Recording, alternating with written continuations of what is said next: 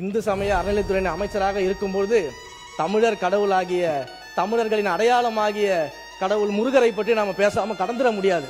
ஏன் அப்படின்னா முருகர்னு சொன்னாலே சூரசம்ஹாரம் தான் எல்லாருக்கும் ஞாபகத்துக்கு வரும். அப்போ அந்த சூரன் யார் அப்படின்னு பார்த்தோம்னா, நான் மட்டும்தான் ஆட்சி செய்வேன், நான் தான் நிரந்தர ஆட்சியாளர், மற்ற எல்லோரும் எனக்கு அடிமைகள் என்ற மனநிலையில் இருந்த ஒரு சூரனை ஒரு சாதாரண பாலகன் கையில் வேலேந்தி வந்து எதிர்த்து நின்றான்.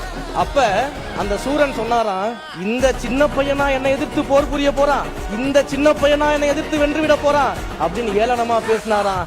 ஆனா அந்த சின்ன பையன் தான் வேலேந்தி சூரனுடைய ஆட்சிக்கு முடிவுரை கொண்டு வந்தாரு.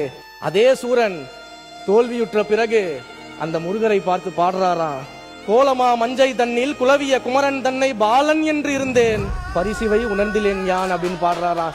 சின்ன பையனை நினைச்சு நான் சாதாரணமா விட்டுட்டேன், ஆனா என்னையவே தோற்கடிப்பார்னு எனக்கு இப்பதான் தெரியும் அப்படின்னு சூரன் வந்து முருகரை பார்த்து பாடியதாக பாடல்கள் எல்லாம் இருக்கிறது. நான் சொல்றது 2026 தேர்தலும் கிட்டத்தட்ட ஒரு சூரசம்ஹாரம் தான் அப்படின்றதுக்காக தான். உடனே யார சூரன் சொல்ற அப்படின்ற ஒரு கதைக்குள்ள போய் யாரும் கூச்சலிட்டு கூப்பாடு போட வேணாம்.